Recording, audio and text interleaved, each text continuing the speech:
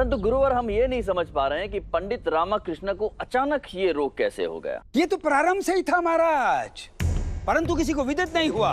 अब देखिए ना महाराज, पंडित रामाकृष्ण दरबार में विलंब से आते हैं। संभवतः वो दरबार में आने का मार्ग ही भूल जाते होंगे। आचार्य आप हमें विस्तार से बताइए। जी महाराज।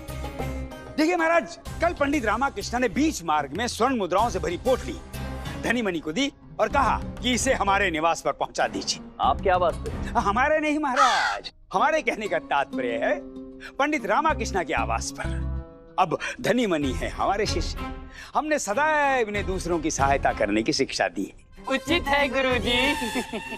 अब पंडित रामाकृष्ण की सहायता करने के प्रयोजन से इन्होंने वो पोटली ली और उसे पहुंचाने के लिए पंडित रामाकृष्ण के आवास की ओर चल पड़े। अब बीच मार्ग में एक चोर ने वो पोटली पर झपट्टा मारा, छीनी और कुएं में फेंक दी। नगर कोतवाल। जी महाराज। हमारे राज्य में चोरी हो रही है, आप कर क्या रहे हैं? मुझे इस प्रकार के किसी घटना की कोई सूचना नहीं है महाराज। जब आप सतर्क रहेंगे तभी तो आपको पता चलेगा कि ऐसा कुछ हो रहा है। मैं सत्य कह रहा हूँ महाराज, पंडित रामाकृष्ण ने इस घटना के संबंध में मुझे कोई सूचना नहीं दी है। कैसे देते? कैसे? रोग महाराज, रोग। महाराज आप चिंतित न हो, हम अभी अपने 2-4 सिपाहियों को उस कुएं में कुदाकर उस पोटली को हस्तगत करवाते हैं। महाराज, प्रश्न स्वर्ण मुद्राओं से भरी पोटली का नहीं है, प्रश्न है पंडित रामाकृष्ण के रोग से ग्रसित होने का। जी जी गुरुवर, हम भूल अर्थात हम उसी विषय पर आ रहे थे, तो विस्तार से बताइए तत्पश्चात क्या हुआ था। अब जब धनी मनी उस घटना के संबंध में सूचित करने पंडित रामाकृष्ण के पास गए तो उन्हें कुछ स्मरण ही नहीं था कि स्वर्ण मुद्राओं से भरी पोटली उन्होंने धनी मनी को दी थी। क्या वास्तव में पंडित रामकृष्ण को कुछ स्मरण नहीं रहता? जी महाराज।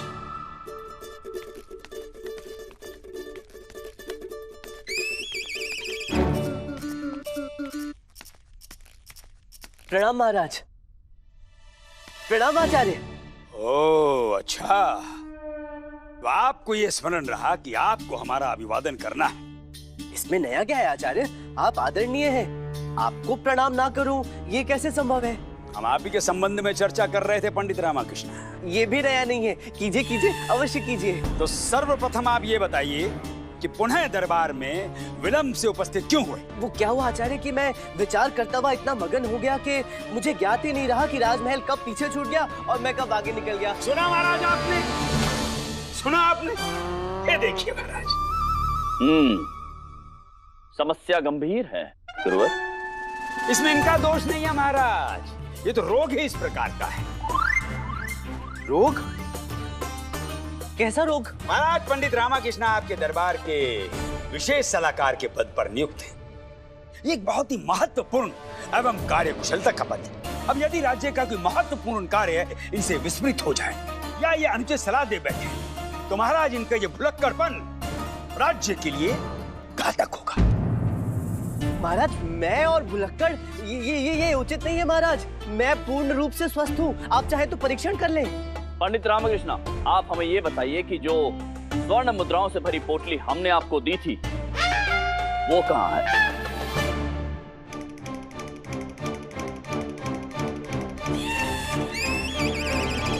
स्वर्ण मुद्राओं वाली पोटली?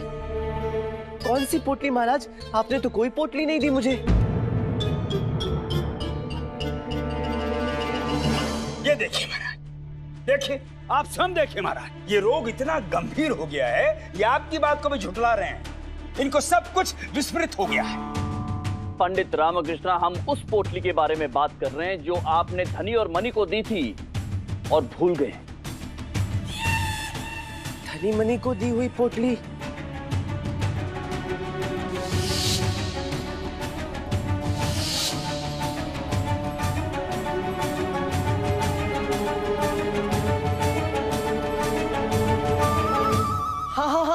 महाराज याद आया, आपने मुझे पुरस्कार स्वरूप एक स्वर्ण मुद्राओं से भरी हुई पोटली दी थी जो मैंने धनी मनी को दी और एक चोर उनसे वो पोटली छीन कर ले गया था। याद आ गया महाराज। देखिए महाराज, स्मरण करवाने पर आपको पूरा प्रसंग याद आ गया। अब आप ये बताइए, इस रोग का रहस्य कब से छुपा रहे हैं आप? रहस्य?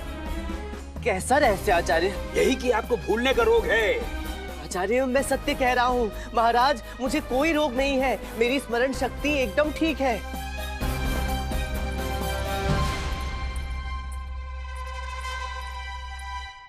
प्रणाम महाराज। प्रणाम देवी, आप यहाँ राज दरबार में? देवी शारदा, आप यहाँ? शारदा देवी, आप और राज दरबार में? शारदा, तुम यहाँ राज दरबार में क्या कर रही हो? अरे ये देखिए, हम थाल लेकर आए हैं। आप प्रसाद घर पर ही भूल गए थे। सुना महाराज, आपने सुना? परंतु ये थाल तुम्हें कहाँ मिली? आजकल आप सब भूल जाते हैं। क्या हो गया आपको? उस दिन सब्जी लाने के लिए कहा था, वो लाना भूल गए। तेल का पात्र हाथ में होता है और यहाँ वहाँ ढूंढते रहते हैं। अरे वो सब तो ठीक है, परंतु तुम यहाँ पे आज ही प्रसाद लाना भूल गए। धनी मनी घर पर आए थे, उन्होंने कहा था कि महाराज को ये प्रसाद प्रदान करना है। गुरुवर ने विश्व कल्याण हेतु अनुष्ठान किया है, ये उसी का प्रसाद है। अरे वाह, धन्य है गुरुवर। तो आचार्य को धन्यवाद कहिएगा। धन्यवाद वो तो महाराज कहेंगे। महाराज क्यों? क्योंकि ये प्रसाद आपके लिए नहीं, महाराज के लिए है। तो यदि प्रसाद महाराज के लिए है तो मेरे घर पर क्यों लेकर आए हैं? राजमहल लेकर जाइए। हमारे गुरुजी ने आदेश दिया है, ये प्रसाद आप राज दरबार में लेकर जाएंगे। ठीक है, यहाँ रख दीजिए। शारदा, दरबार जाने में विलंब हो रहा है, जल्दी से अल्पाहार ले आओ। अभी लाते।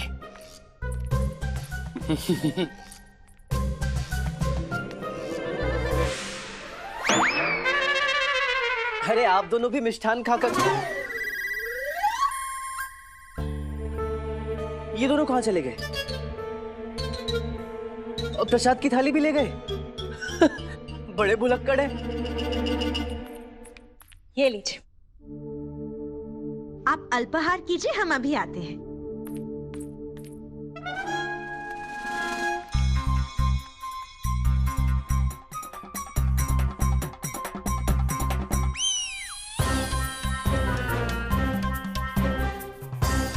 शारदा, दरबार जाने में विलंब हो रहा है, मैं निकल रहा हूँ।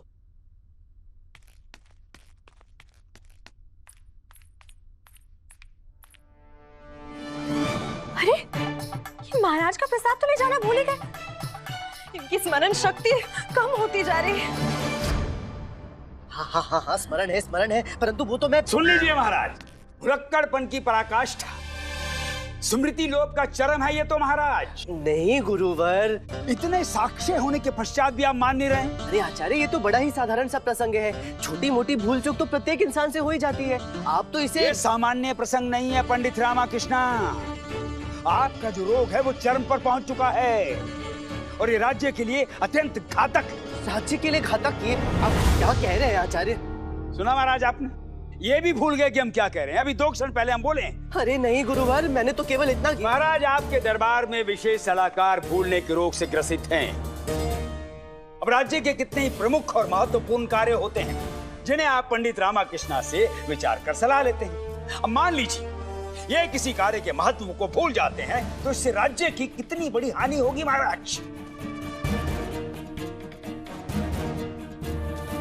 महाराज, हमारी राय यह है कि पंडित रामाकृष्णा को इनके विशेष सलाहकार के पद से कुछ अवधि के लिए अवकाश दे देना चाहिए,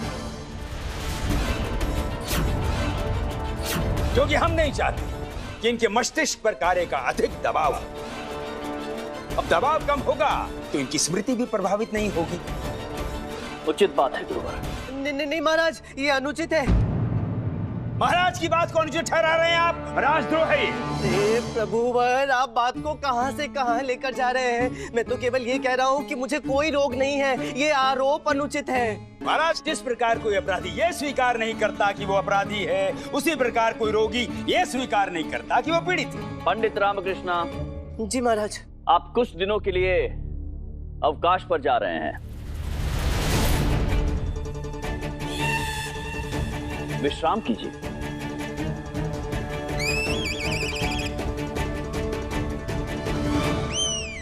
हम तो चाहते हैं कि आप अति शीघ्र स्वस्थ हो जाएं। हम तो कहते हैं कि आप आज ही उस वैद्य जी से मिलें और स्वास्थ्य लाभ लें। हम ऐसे एक वैद्य को जानते हैं जो इस प्रकार के रोगों के निवारण के लिए प्रचलित है। मंत्रीवर, जी महाराज। आप वैद्य जी को सूचित कर दीजिए। जी महाराज। ये सब क्या हो गया? हमने कुछ अनुचित तो नहीं कर दिया ना? नहीं नहीं, ये तो तुम्हारी वजह से ही मुझे विश्राम करने का अवसर मिला है ना। उठा लो।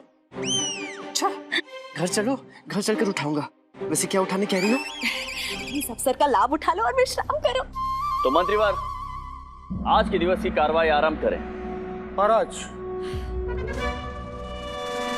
पंडित रामकृष्ण, ये क्या कर रहे हैं आप? आपकी उपस्थिति भी यहाँ आवश्यक नहीं है। जाइए जाइए, जाके विश्राम कीजिए। ये क्या हो गया रामा? अंततः तथाचार्य तुझे राजसभा से निष्कासित करने में सफल हो ही गया।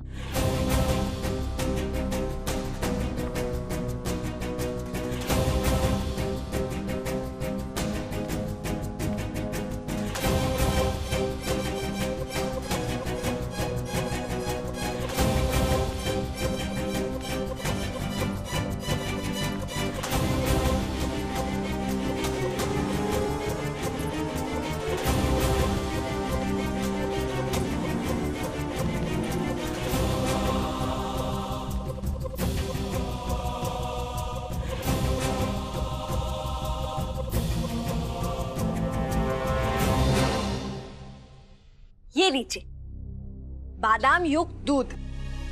दूध? इस समय? इससे स्मरण शक्ति तीव्र हो जाएगी।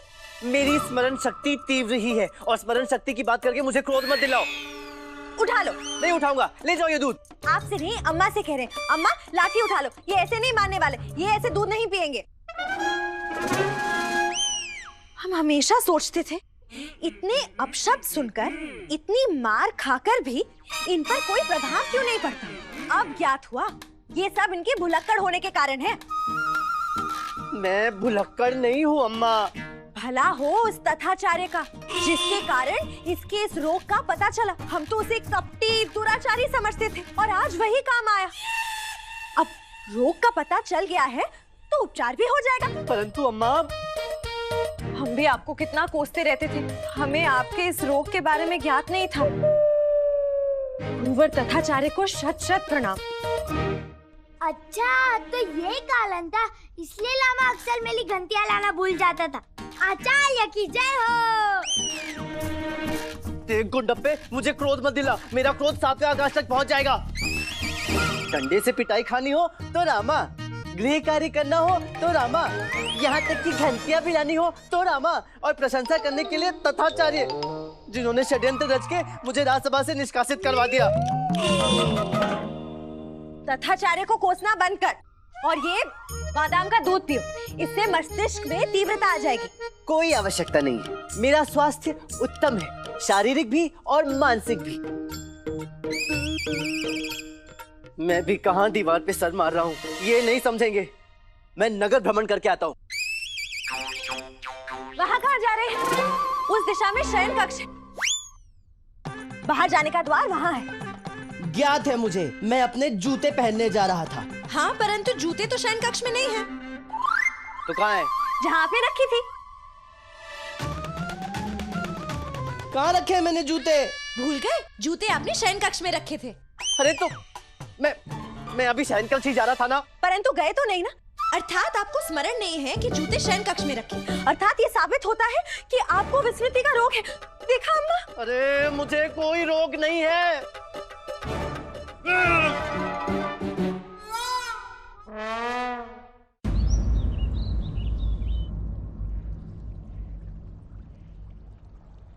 ऐसा प्रतीत होता है वैद्य कहीं बाहर गए हैं।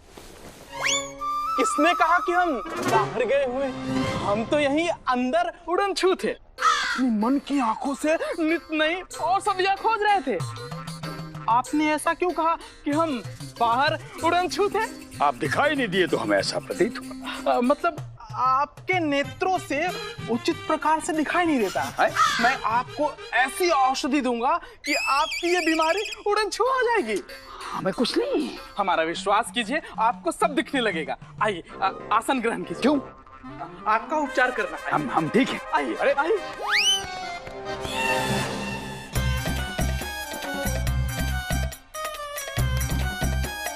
अरे ऐसा प्रतीत होता है हमारी आंख में अग्नि प्रज्वलित हो गई। हमने कहा था ना कि आपकी समस्या सब उड़न छू हो जाएगी। ये क्या है, क्या डाल दिया वैद? ये दूध वैद भी दिखाई दे रहे हैं हमें।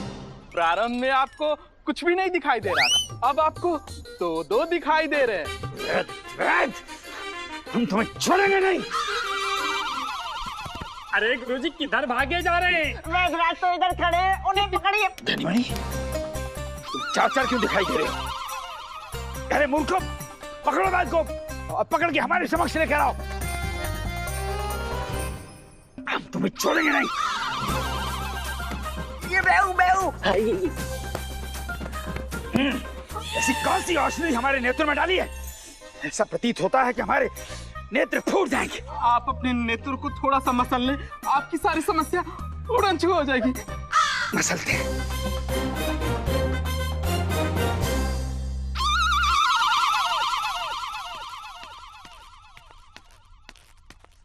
हे, ताला, ये द्वार पर ताला क्यों लगा है? ताकि आप बाहर ना जा सकें। अगर आप घर का मार्ग भूल गए तो फिर आपको ढूंढेंगे कहाँ? हाँ, और यदि लामा भूल गया कि सामने कुआं है तो वो कुएं में गिर जाएगा। शारदा, कुंजी दो।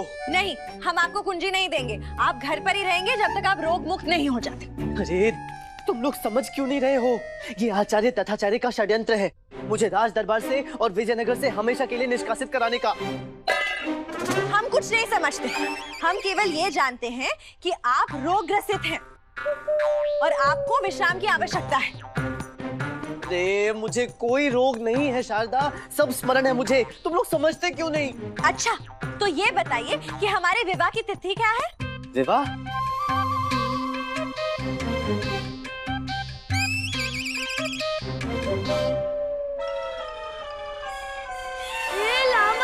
लामा को उसके विवाह की तिथि याद नहीं है। शारदा, इस संसार के आधे पुरुषों को अपने विवाह की तिथि याद नहीं होगी। अच्छा, तो हमारे और आपके पिताजी की विवाह की तिथि बताइए। क्या तुम्हारे और मेरे पिता की विवाह की तिथि? नहीं, अम्मा कह रही हैं कि इनके और आपके पिताजी की विवाह की तिथि बताइए, ताकि ये सिद्ध हो जाए कि आपको विस्मृति का रोग नहीं है। मुझे विस्मृति का रोग है। विस्मृति का रोग नहीं, मुझे भुलक्कड़पन की भी समस्या है। भुलक्कड़पन की भी समस्या नहीं, मैं तो मानसिक रूप से विक्षिप्त हूँ, विक्षिप्त। ये इतिहास की परीक्षा देने से अच्छा है कि मैं शयन कक्ष में ही रहूं। जा रहा हूं मैं।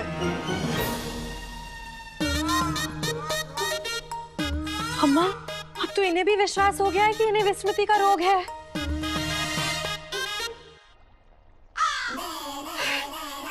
हमें स्पष्ट दिखाई दे रहा है। अब आपकी आंखों से हम चार तो नहीं दिखाई पड़ रहे?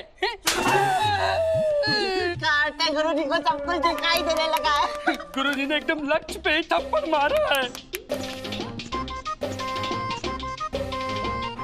वैद, हमारी बात ध्यान पूर्वक सुनो। महाराज कृष्णदेव राया का आदेश है कि उनके विशेष सलाहकार पंडित रामाकृष्णा का उपचार आप करेंगे। जी, उन्होंने मुझे भी संदेशा भिजवाया था। मैंने उनके उपचार के लिए औषधि भी तैयार कर ली है। उनकी भूलने की आदत उड़न छू हो जाएगी और स्मरण शक्ति वापस लौट आएगी। यही तो हम नहीं चाहते कि ऐसा हो। तो फिर क्या उड़न छू करना है? हम चाहते हैं कि आप पंडित रामाकृष्ण को ऐसी औषधि दो कि उनकी स्मरण शक्ति वापस न लौटे, शेष स्मरण शक्ति भी लुप्त हो जाए, वरना हम तुम्हें विजयनगर से उड़न छू कर देंगे। नहीं, कदापि नहीं। हम कदापि ऐसा नहीं करेंगे। मैं जैसा कहा वैसा करो वैद। पर हम ऐसा क्यों करें?